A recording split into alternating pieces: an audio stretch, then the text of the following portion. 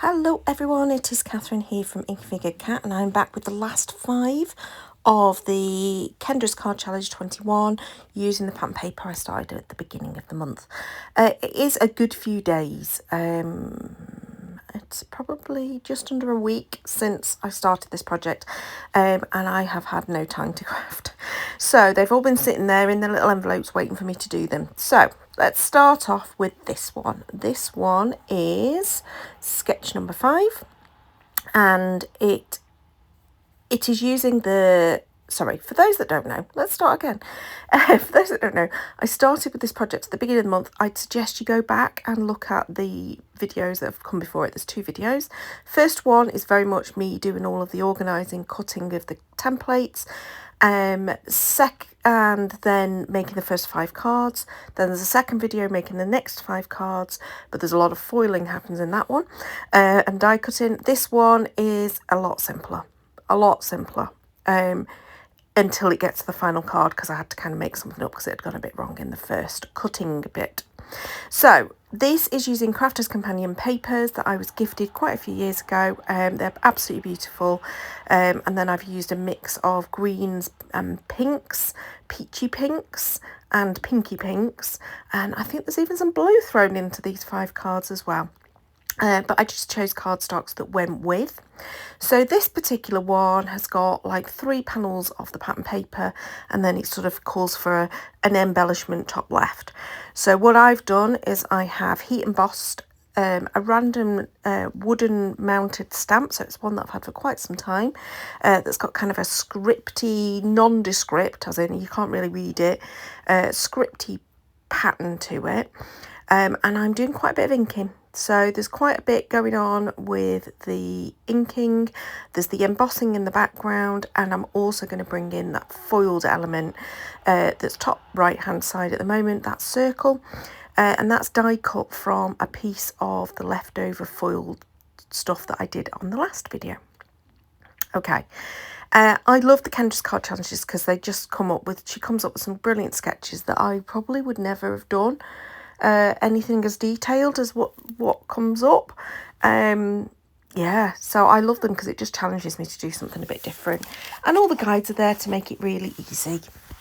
So I did do loads of fussy cutting, which I did off camera, of the papers. They've got all these beautiful elements. So that little tray to the right hand side, you wouldn't believe it, but it is now empty because I have used all the bits and pieces on the insides of all 15 cards as well, which again, I do off camera. I've not done the insides on the camera. I'm just creating the card toppers. But all those fussy cut elements are the elements that I'm going to use for decorating all of my cards. I've used quite a lot of them already. So yeah, I'm still going with them. But yeah, I have now managed to empty that little tray. So I'm quite proud of myself that all my fussy cutting got used, even if some of them were just on the card inserts. Now this one, I'm adding that little bit of thread to it as a cute little bow. So it looks like I've got a little hand-tied bouquet. All of my sentiments on this ones are ones that I've done already. They're from my pouch of ready-made sentiments. To be honest, there's one card that I'm not entirely sure I like at the end of all of this. I'll tell you about it because it is the last card. And I think it's because I used 2 different kinds of foiling and it just didn't work. That one I thought was quite cute. Right, we're on to the next one. This is probably the one that I love the most, but I wasn't really concentrating when I was making it, so I did make a couple of mistakes. It involves all these tiny little strips of the pattern paper going off at an angle. So I decided my easiest way to do this would be to create myself a little holding point for the strip. And because I was listening to the radio, I wasn't really thinking about directions, etc. So I started this one off and then realised, nope, that's going to go the wrong direction. So I have to peel it off and start again.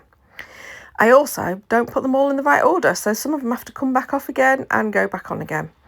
If I'd have sorted them out first, that would have been sensible, but I didn't. And at this point, I realised, oh, hang on a minute. In fact, I got a lot further before I realised, hang on a minute, I need to put my sentiment on. Yeah. Shouldn't have been listening to the radio and singing along. I should have been concentrating on what I was doing, but never mind. But that little holding strip helped me then to keep them all in place so that I could then do the cut. Because what I knew I wanted to do was, rather than stick them directly onto the background cardstock, is I wanted to do something with it. First, I was going to do embossing again, or I was going to do some dry embossing, but instead I decided I wouldn't. I need to do some of that stamping, but just in a light grey ink. But before I did that, I've chosen my pieces, and these are pieces that were obviously from the side of a piece of paper, so they kind of like were straight down one end, and this is goes to show that you can still use those.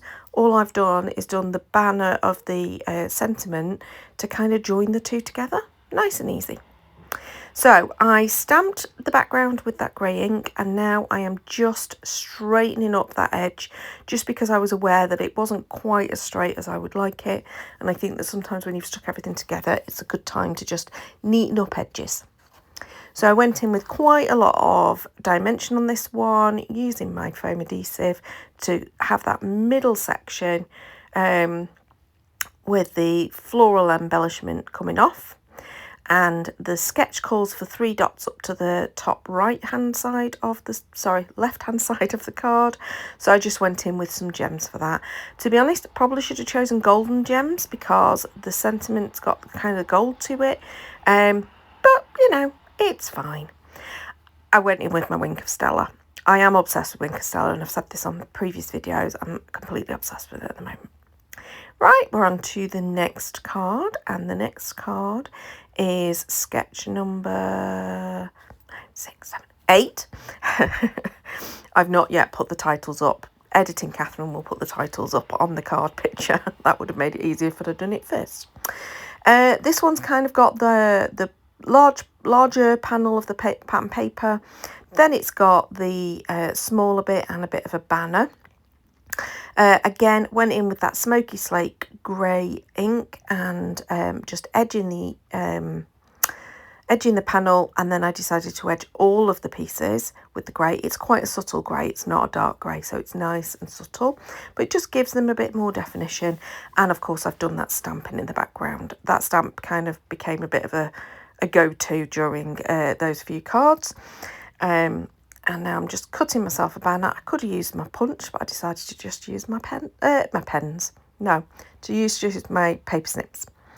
So I am now going to start adhering everything. It's funny how sometimes cards, they all become dimensional or they all become something else. Actually, on this one was really flat. And I did contemplate, do I raise the cluster up on things? And I just didn't. I just decided to just go for it. And so actually quite a lot of the cards have been reasonably flat. There's not been as much dimension. This one I did decide, I was umming and ahhing about, there was like a little heart on the sketch, and I ummed and ahed. I punched out a heart from the foiled panel, decided not to use it. And at this point I just thought, oh no, I need to ink the edges of that background panel before I put the top one on, and that's it done. So, oh, obviously, no it's not, I've added Wink of Stella. So for all of these cards, they are sized to be a card topper that's perfect for the American sized cards, which is 5.5 by 4.25. I don't often make 5.5 by 4.25 cards because that's not the UK size, but in this case, for these 5, I did. The first 5 I stuck on 5 by 7 card blanks, the second ones I put on 6 by 6 card blanks, and these ones I ended up making some card blanks from remaining cardstock from this particular paper pack. I just reinforced it with some inserts because it is paper, but it's quite a thick paper, so it's not really flimsy, but it's flimsier than I would normally use for a card blank. But I decided it was good enough if I did some reinforcements. Now this is the one that's got a bit of blue in it, and I had chosen to put some foiled cardstock as a panel, and I really struggled with which bits and pieces to use, and in the end I ended up just going with that one little floral element. And instead I decided, because I'd stuck the grey down to that foiled cardstock, I couldn't emboss it, which was my original plan. So instead I decided, oh, I know what I can do. I can just use that bit of the foil that was left over from last time. And these are all the ones where it was the reverse. And I used the solid foiling plate to pick up the reverse of the pattern. And I just created a panel of that. And I thought it looked quite elegant with that very sort of opulent coppery kind of foil with a very thin pink stripe in it. So I'm just going to adhere all of these bits together, and then I'm going to decide what else I want to do. And I decide I want to have a bit of a bow on it. So I've got some blue thread here. This is from a Hey Little Magpie embellishment kit, and it was just on the desk and it was left over. I think I've used it on one of the other cards, maybe two of the other cards in the previous session. So it's still sitting there waiting to be used. So I've used it now. Great. And that just adds in an extra little bit of texture and something a bit different to the top, because again, I've kept this relatively flat. I've not raised anything on adhesive or anything along those lines, and really happy with that one. I think that one's really cute. Now, this final one is the one that I actually messed up during the cutting. So the first part of the video is me trying to work out what went wrong so I can get it back to the right size. And I do have to change out one of the pieces because I'm literally measuring them to go, yeah, that one's correct, that one's correct. But I find the one that's incorrect and I've just done it the wrong length, and that's where it's gone wrong. And it's this one where I've done it the wrong length and it should be longer. So I've taken one of those foiled pieces and I'm just going to cut it to the right size. And I think that's perfect. Great. Lovely. And I'll now be able to create the shape. But to be honest, I'm still fiddling with it. It doesn't quite work right. And I'm also, that foil kind of I brought in was quite bold, quite in your face. So yeah, I do end up fiddling around with this one.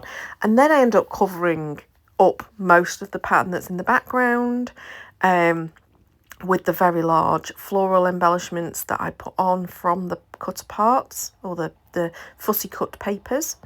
I should have used my Kingston Crafts tape runner rather than my ATG, just because it gives me a little bit more wiggle room, and this does not quite work out. I cannot get it so that it's the same size, so I must have just cut them just, you know, a fraction off. So instead, I just create a new panel. I trim it down so that it is all straight to the edges, and then I mount it on this paler pink. It's just a slight shade paler than the pink that I use for the background, and that's fine. Of course, that foiled element's got some direction to it, so I'm a bit like, oh, I don't really want that on its side. So I do end up turning the sketch as well so that it becomes a portrait sketch. And then when I choose these two large elements of the flower, I put those on, and that kind of covers up that green element. And then I should have chosen a different sentiment. I don't like the sentiment I've chosen. Unfortunately, I can't peel it up. It's not peeling up, which is really annoying because I have tried it afterwards because I've used wet glue and it's so secure. So I don't know. I'm not 100% happy with this particular card, and you can see there I'm struggling with it. And then I think, well, maybe it's because I've used a different foiling and I'm looking for a different sentiment. So I add in some circles of the foiling because I thought, well, I might as well. Yeah, I'm still not happy with it. So sometimes some cards just you don't win with, but I thought I'd keep it in so you could see. I do end up mounting it, turn it into a card. I don't think it's horrific, but you know when you just know it's not your best work? That was me. But there you go. That's all of the cards done. So I've done all 15 over the course of 3 videos. So I hope you've enjoyed this little series. I did the same last month. Will I manage to do that for March? I don't know. I've got a lot going on at the moment in my life, and I'm not entirely sure if I've got enough time to do 3 lengthy videos and make 15 cards. I might go for a month where I just do it simple. I don't know. We'll see. We'll see what happens. The plan was to do a Kendra's card challenge every single month, but I just don't know if I've got the time to do it, and certainly not the time to do the video editing as well, because it does take time to do this. As I say, I've got a lot going on. There's quite a few projects that I've got to do. There's some design team work I'm working on in the background, and also we're in the midst of thinking of redoing the room. One of my shelves has collapsed, so I'm surrounded by boxes and mess at the moment. Maybe if I've got time, I might share with you what it looks like. Anyway, I hope you've enjoyed these. enough of me wittering on. Please subscribe to see future videos, because there will be future videos. And until next time, that's watching. Bye.